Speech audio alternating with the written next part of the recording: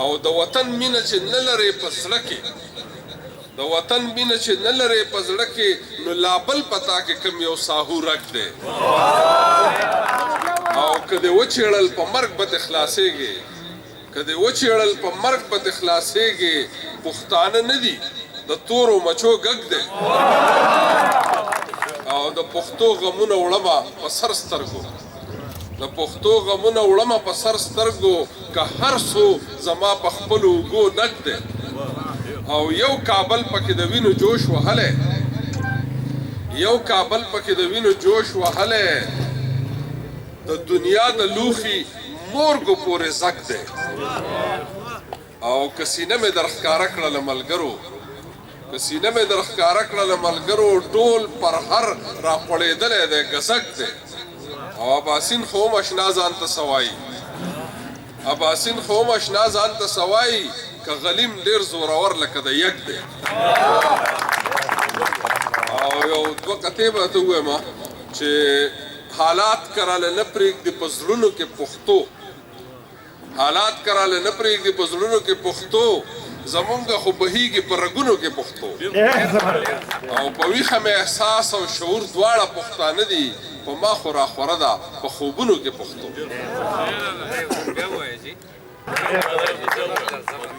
که د خاورو په کورونو کې اوسیږو خو په ښکلو ښکلو زړونو کې اوسیږو مونږ تل کوو خبرې سپینې سپینې که په تورو تورو غرونو کې اوسیږو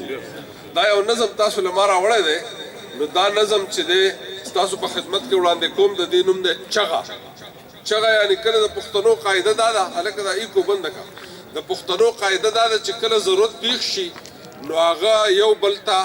غږ کوي چغه وباسي چې هلکه راشئ زما سره مدد وکړئ لکه اشر چې څنګه موږ کوو څنګه چې یو په یو ځای باندې قامي کار کوو نو دغسې چې چاته ضرورت شي نو چغه ووایي نو د دې نوم دی چغه پښتو زمونږ ژبه زمونږ ځان زمونږ ژوندون دی پښتو زمونږ دستور زمونږ تهذیب او تمدن دی پښتو ده چې رڼا رڼا خبرې راته ښایي پښتو ده چې انسان د ترقۍ په لوري بیایي دا ښکلې ښکلې ژبه چې د شاتو نه خوږه ده د ژبو په تاریخ کې پخوانۍ ده او سوچه ده کوټلې ده فراخه ده او ښه په تول پوره ده د علم هرې څانګې ته فراخه یې سینه ده موږ ټول په دې پوهېږو دا په دې چې پښتانه یو واړه یو که زاړه یو نارینه که زنانه یو پښتو چې د پیړو نه په نړۍ کې د ګویانه پښتو چې د خپلو عظمتونو سناخوانه اشر غوبل جرګه اجرا دنیا ته ما ښودلي د نن جمهوریت له بنیادونه ما ایښلي دا تیږه ننواتې ټولانه زما ایجاد دی دنیا کې چې د هر یوې ټولنې ژوند پې خات دی خو زما بچي تباه شول په تعلیم د پردو ژبو تاسو ګورئ چین جاپان جرمني فرانس یورپ امریکې ته ګورئ د هغې د ترقۍ راز دا دی چې په خپله ژبه کې تعلیم حاصلوي مونږ بچو ته تشې ژبې ښایو نو زمونږ بچی د انګریزي هم زده کوي دنیا سره به پرې مقابله کوي اردو دې هم زده کوي عربي دې هم زده کوي خو دا ده چې پښتو دې نه هېروي نورې ژبې زده کول که لوی کمال دی خپله ژبه هېرول بې کمالي ده نو زما بچي تباه شول په تعلیم د پردو ژبو بچی کله پوهېږي په تفهیم د پردو ژبو پردۍ ژبې دې زده کړي خو دا خپله ترې هېرېږي په دې مې د تعلیم د هوښیاران کله پوهېږي چې ژبه د چا سپکه شي نو قام خو به سپکېږي چې ژبه د چا سپکه شي نو قام خو به سپکېږي چې ژبه چا نه ورکه شي نو قام به هم ورکېږي په هر څه ښه پوره ده خو 8 کروړه بچو کې پرته ده لا تر اوسه د غټ جهل په تیارو کې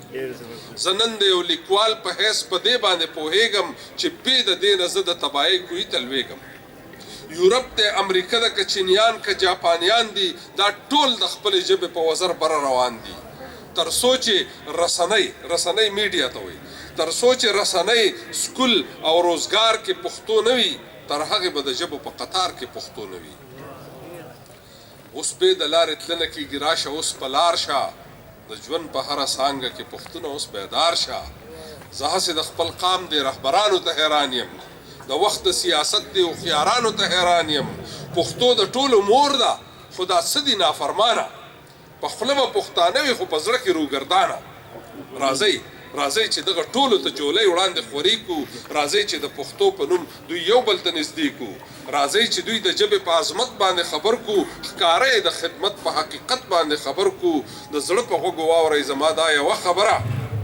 ملاتړ وکئ غیرت وکئ راپاسئ ښه پندره منکر له خپلې موره دا څنګه پښتانه